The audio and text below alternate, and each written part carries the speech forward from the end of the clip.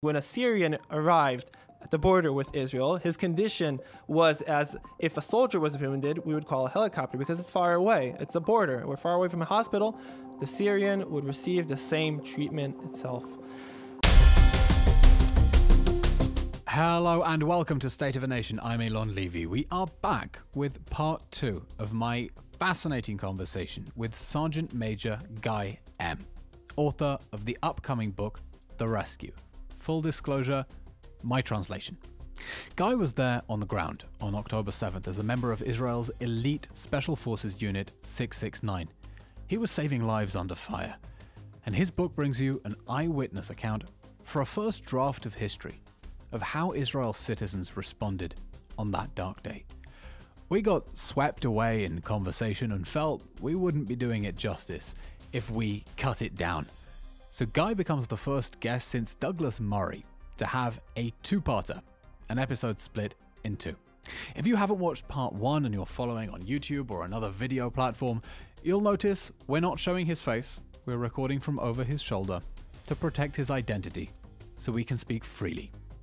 We look at the psychological impact of frontline combat on Israel soldiers, especially reservists, who all had ordinary lives and jobs and careers and studies and boyfriends and girlfriends on October 6th. And we look at how Guy's eyewitness account preserves the testimonies of those who fought on October 7th for our nation and for history. It's a powerful story of courage, service, and a struggle to rebuild and find normalcy in the most abnormal circumstances. Join me and Guy. We're diving between the lines and beyond the headlines. Breaking news out of Israel this morning. Shocking hostage taking. Hundreds of Israelis are dead. I want to bring in Israeli government spokesman. Eylon What Levy. happens when the 4-day pause? How do you resolve this? Where does this go? Sergeant Major Guy M., welcome to State of a Nation. Thank you. It's great to be here. You're in reserves and you're witnessing mutilated bodies, people who were tortured before they were killed, or their bodies were mutilated after they were savagely killed. And then you go back home and you have a wedding to plan. Tell me about that. We got engaged, Noga and I, in June 2023. I want to say she decided we're getting married on Tu B'Shvat. She calls the shots in your household? Yeah, in the M house, the M family home. I'm not sure if we go by M. It's it's also debatable. So she said we're getting married on Tu B'Shvat for so many reasons. What happened in the first weeks of war? We ceased to be a couple. If you look at our text messages on those weeks, the whole army is not functioning, and it's all about circles. Noga, those days, there were casualties from her brigade, her battalion, and as I myself couldn't, reach out to get backup, to get support, to get rescue teams, so obviously the paratroopers couldn't, so she was texting me, I need a helicopter here, I need a helicopter there, and I helped her, of course. She's my fiance. It's not about the casualties. Right. Many guys, their girlfriends will write, "Hey, I need you to pick up some milk and some cucumbers on the way home," and she's like, "Hey, Guy, can you lend me a helicopter?" Yeah, no, it doesn't happen in every couple that I need a rescue team. This is an only in Israel story. So she's texting me, I need a rescue team, and we send her, of course, and it's beside a story, Israel, it sometimes actually works. I mean, one of the officers from her battalion, if it weren't for her calling me 3 times, asking me, "Guy, I need a helicopter now," and I would call people that I know that at headquarters, he most likely would have made it. He told me. It's not like but anyway. It's insane that it works like this. When everything collapses, I guess there's no other way. So for months, she's in combat. I have no idea how she stands the pressure. She's overlooking the combat of her unit in Gaza. I mean, if she is not sharp enough, she's not on the details, she could approve an airstrike on her own people. I mean, that's, in the middle of the night when under fire, I don't know. I can't stand that pressure, but she can. And between all that pressure, Wonder Woman and Superman have a wedding to plan. And I wasn't sure it's the right thing to have the wedding. I mean, I wanted, and this is being a little bit kitchen or romantic, but I wanted, to have the whole thing, the whole shenanigan, to fight over stupid things, to get excited together and not, just have it as a list of chores. And as much as we got closer, also my father kind of told me, "Guy, there's no way we're postponing a wedding." I mean, the fact that I'm going to be there is a miracle. He made it and he managed to recuperate. So we had that wedding. We didn't know a few days before the wedding how many people are going to come. All my friends, all my guys, all the unit are in Gaza, and her unit also. It's like these are the circles of our friends. We told the venue it's going to be between 200 or 300 to 500. We just don't know, and no one was getting married, so they were just honestly they were amazing. They were thankful for some couple to get married, some insane couple. And this, I think, I was so afraid no one's going to come. There's, it's a war going on. And I think that as much as I was afraid and hesitating to have that wedding, it just accelerated the excitement. And the most, I think, moving thing I've ever heard was so many people coming up to us and saying, "You gave us a legitimacy to be happy." In that time, on January 24. And you're giving other people strength. It's, I think, one of the best ways to cope with trauma is to find ways to strengthen others and generally. And we were very, very, very lucky that also, and this is also as a thumb rule, I said, we started working on October 7th book. It's going to be a strong and optimistic book. That's what fighting is about. It has to end good. It has to end, if not good, so at least happy and strong and optimistic. And at least there was a happy... And you got married in the end. Yeah. I think the most moving thing about the wedding was the speech you gave under the chuppah, because you are, can I tell viewers, you are such a crybaby. Oh, you for are sure. such, they wouldn't expect from this tough action man who's swooping out of a helicopter. You broke down under the chuppah. It was very sweet. But it was an amazing wedding because you sensed that this was happening in the middle of the war, that everyone was putting the war on pause for a second to try to find this island of normality and say, just give us 24 hours to be normal human beings. I was a little bit zoned out because it was on the eve of the ICJ delivering its interim ruling, and my mind was already racing ahead to the interviews I was going to have. The country to deliver its message to the world. Yeah. But anyway, you had a bunch of guys from the unit there, all the characters from the book. Yeah. And a few weeks later was the heroic rescue mission that rescued 2 of the Israeli hostages from Rafah. And I remember texting you and I said, "Guy, were you there? Were you part of the rescue mission for the 2 hostages?" And you said, "No, but the guys you were drinking shots with at the bar were."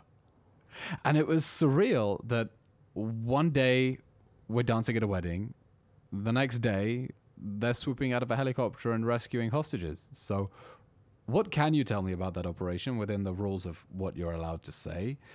And tell me about what goes into planning a mission like that. Because you don't just say, "Oh, we have people who need rescuing here," swoop in without a plan.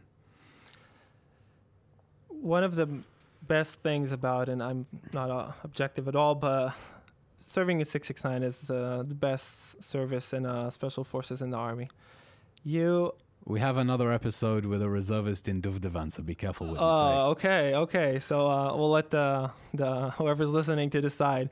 But you get And that's for you can go back and search on YouTube, on Spotify and Apple Podcasts, the episode with Stav Cohen, who will tell us his own experiences. Lucky him, he could go by full name. And anyway, after that promotion for the podcast, carry on. So you're actually so lucky to be participating in every operation the IDF goes for.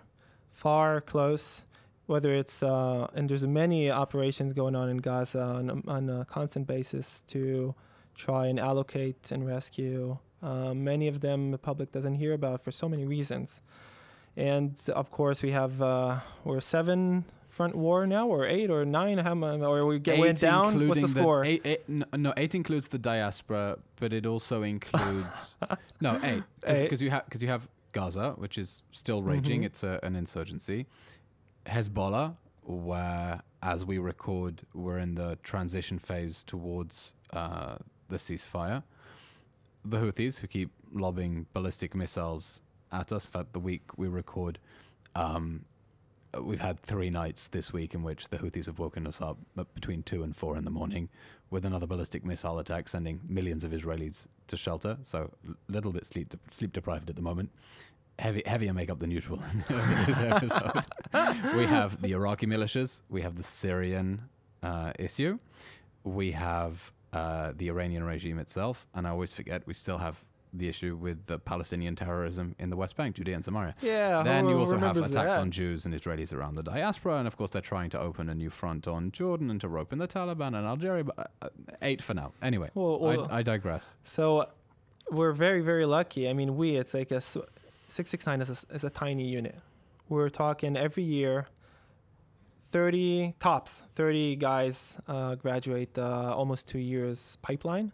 That's it. This whole logo 669, when the worst happens, that's not the number of special forces officers you have. That's 669. I mean, no, that's it. We're talking 30 guys, and half of them need to. It's not like everybody's available for operations. You need officers. You need the guys that go to train the next ones because we serve for 3, 4, 5 years. That's it. So we're always training constantly. So you are very lucky to serve at that unit, and especially myself as being sent after 2 years of training also for another year at Magen David Adom, Israeli Red Cross, to be a paramedic. And therefore, I was also sent every time they wanted, the top notch, the guys that are also doctors, paramedics, who are capable of doing whatever a physician could do on a battlefield, and also 2-year training of a rescue soldier. You do. Wait, does that mean at any given moment there are only 30? Or each year, but you do 3 years of military every year, service, there are 90 of them? Once a year, 50, 60 guys, and possibly also girls for the last 2 years, who made the tryouts. They enlist, and they start the training. 50%, that's the average, will drop out of the training. Wow. And that gives us between 25 and 30 that will finish. They'll stand on the finish line. Yeah, I fainted just reading about the training process. Just the tryouts. Count me out. It brings. But wait, at any given moment, how many 669 soldiers are there? So you could do the calculation. I'm not allowed to talk. No, I'm kidding. But it's a 3-year service, right? Okay. And because the training is so long. Fewer than 100 then. Much lesser. Yeah. Wow. So that's all. So you're sent to work with other units on special operations, including what you mentioned on what's going on in Gaza, rescuing hostages, bringing in detainees that we maybe have intel. It includes also special ops going up north, definitely in combat and full-blown war in Lebanon, and also things that obviously we can't talk about, but Air Force is the long distance branch of the IDF, and we're part of the Air Force. So foremost, our job is to rescue a pilot ejecting its plane. So we need to be capable of getting there, And if looking at all these different missions, and you do everything, the Army, every Red Bull commercial of extreme, you could think about jumping out of airplanes, out of helicopters, and using all kind of weaponry, anything, ropes, rappelling, and it's all written in Full Throttle and Mefis Leman. That's why I guess it became such a big seller. From all that, for myself, and all these death-defying stunts, I think the most amazing thing, and this I think is very common for 669 operators to feel that way. The biggest privilege of service in that unit, with all the extreme in action and special rescues and secret missions, is that moment that you're in a helicopter with a casualty. He is in the worst moment in his life. You just got him out of Gaza. You got him out of Lebanon. He saw his friends just blowing up or getting killed or injured. They're lying next to him on another stretcher in the helicopter. And you give him the confidence that he's going to make it. He's going to make it is a big word. It's a big phrase. It's not only medical wise, For myself, if I might say, one of the things I've adopted over the years is when I'm in the helicopter with soldiers, when I extract, what's the word?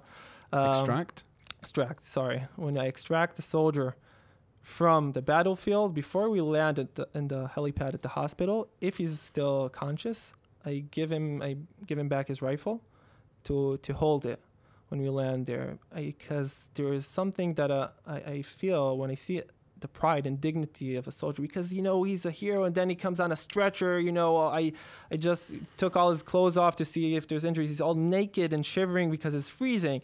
I want to give him that dignity that he's holding his own rifle, returning like a hero from the battlefield. And I think all those stunts and special ops and stuff, that is the biggest privilege for a special forces rescue team operator to do, is to be with that soldier in the helicopter at that moment. Amazing. I think it's incredible really to hear about something that's really underappreciated, definitely from people looking at this war from outside, which is the rich psychological lives of the soldiers who are doing this, who are not machines. They're not robots. They weren't born for this. They're trained for this. They do it incredibly well, and they're suffering and they're struggling and have to make difficult decisions and find ways to accommodate and absorb all of this. And I guess for you, it's especially complicated because your job as a combat medic is to save lives. Now, the IDF has come under a lot of criticism internationally, mostly unfair, I believe, for taking lives. At the extreme end, of course, there are the crazy people who say Israel's accusing genocide. Okay, Israel's doing genocide. Okay, whatever. No, it's not. Then there are those who say that Israel is being indiscriminate or not taking adequate care to protect civilians and should always do more to protect civilians among the enemy population. And I'm wondering, as someone who has witnessed combat on the inside, as someone who's taken part in missions, we can talk about what you did in Syria to save lives of a quote-unquote enemy population. How that makes you feel when you hear world leaders constantly bashing you on the head for the way that we Israelis value the lives of people on the other side. 669 as a unit, over the years participated in several humanitarian missions. Turkey, just a few years ago, Brazil, Mexico, Nepal, as part of the medical corps, sending missions.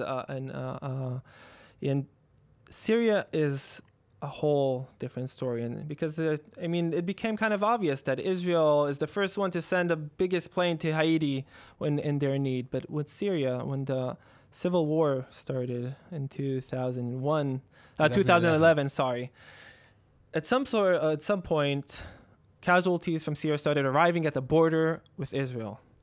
And what's amazing, many times in the army, you get orders from above what to do when something happens, how to act, missions, etc. But here we have soldiers, and you said that the rich psychological thought.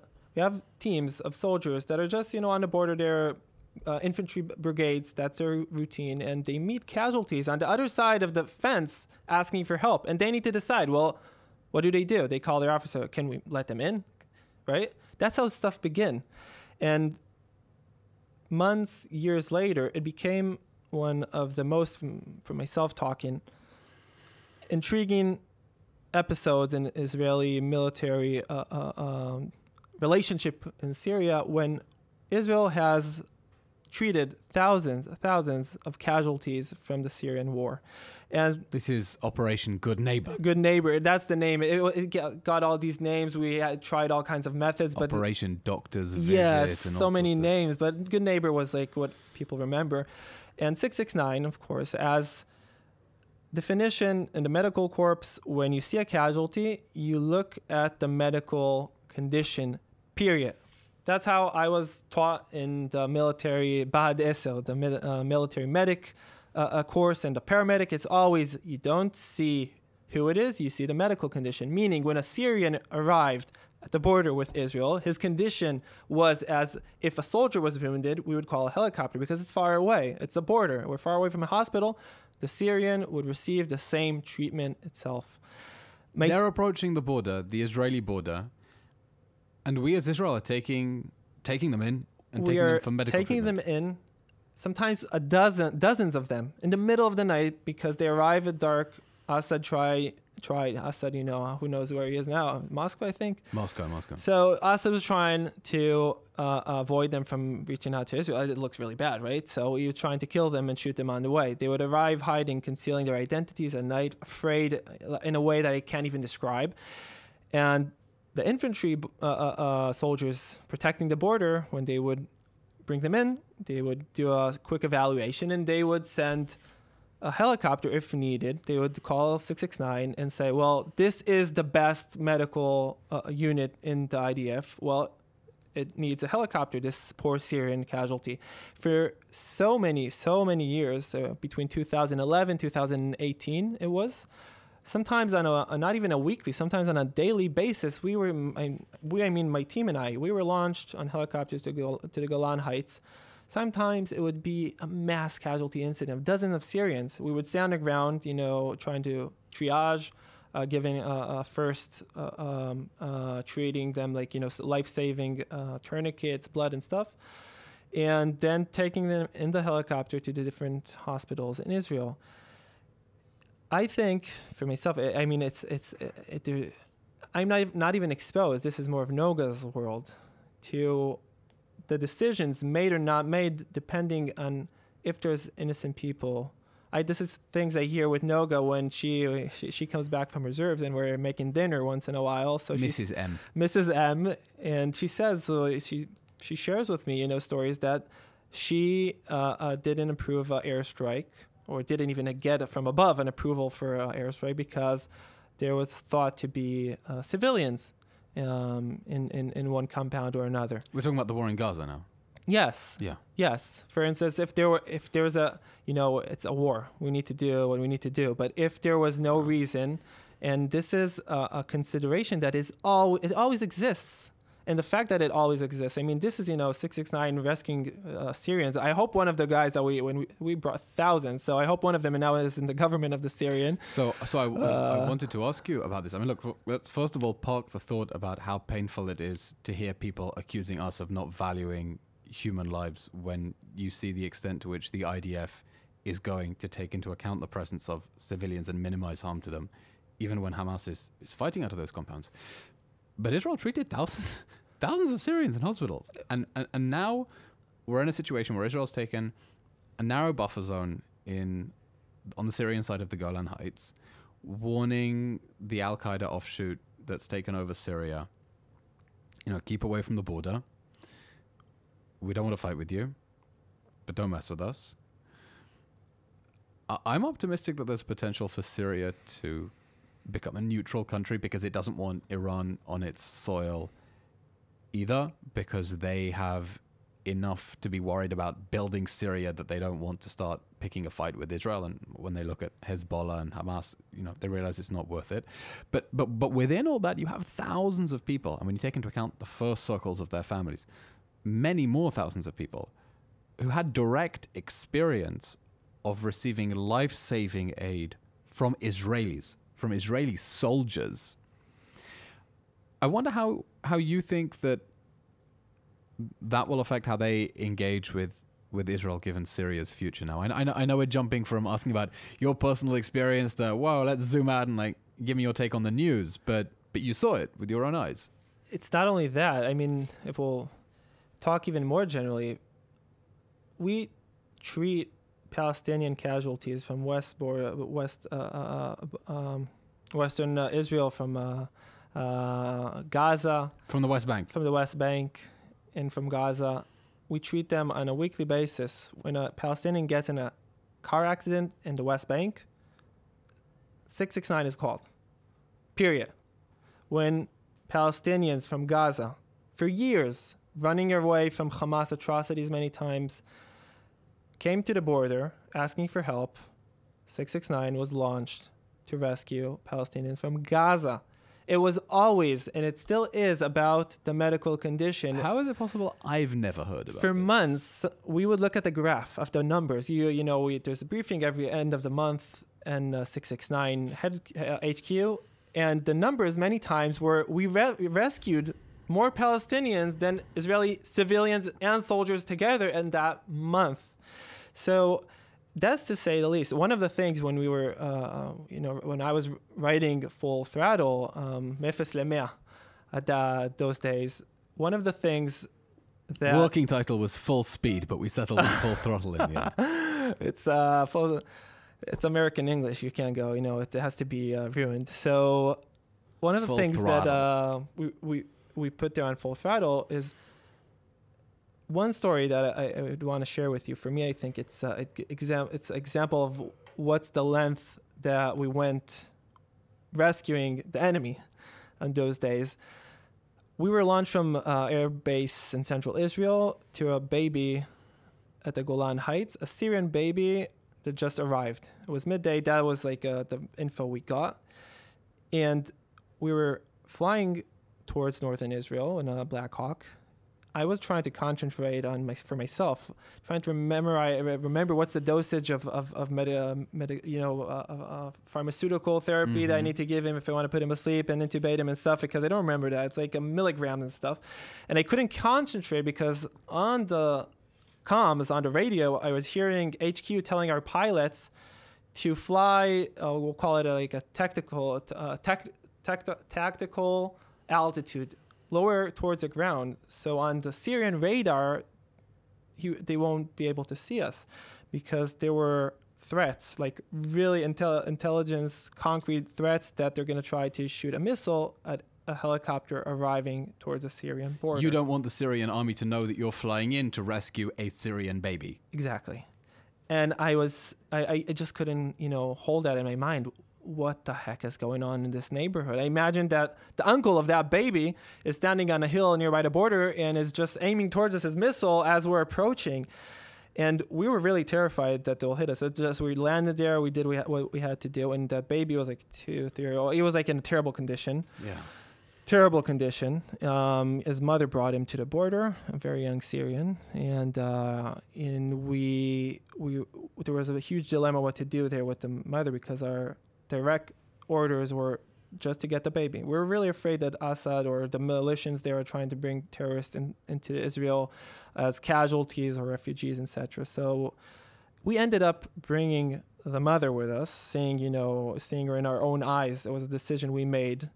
We brought her with us. We brought him to the hospital. I was sure he's going to die. And a few months later, we got a picture of a smiling baby, and he went back to Syria with his mother. And that's one story out of 1,000. I mean, that's amazing. And let's hope that little baby grows up to bring peace between Israel and Syria. Maybe he's a minister these days. Maybe he's a rebel, and he's going to get a title. No. Let's hope.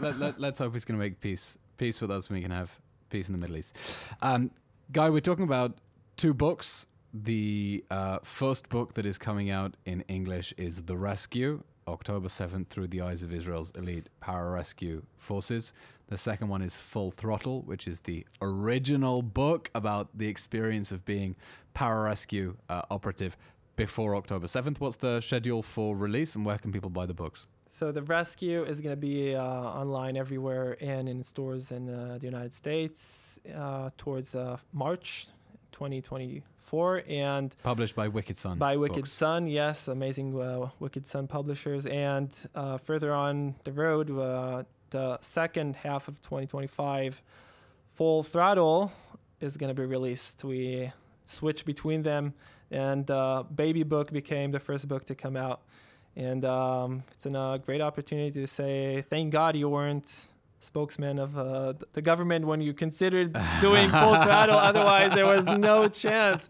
Although... I spent every day cursing myself for taking on the project of Full Throttle. But when you started working on the October 7th book, I said, the craziness of having to get this out even months after deadline is worth it, because this is the story that needs to be told. And Guy, for those following on our YouTube channel, they can see here the original Hebrew books. Explain the cover art to me. So the symbol of 669 is a cat with wings, a black cat, and it's a very well-known symbol in Israel.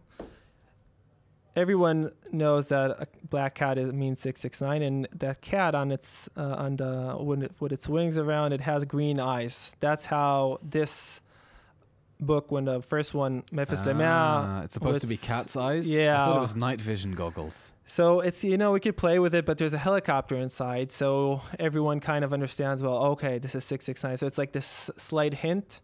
And what happened, the book became a really known book. Really, I'm still amazed by it and still It's shocked. a huge bestseller. And I even caught a few guys from the unit saying to mostly girls that they wrote the book, which is totally cool. Really? I don't have my name on You've it. got So guys pretending they wrote the book to pick up girls? Yeah, because you could say there's no name on it. So and yeah, it was amazing. I was very Wow, to think the contributions you've made not only to our national security but other guys' for the romance.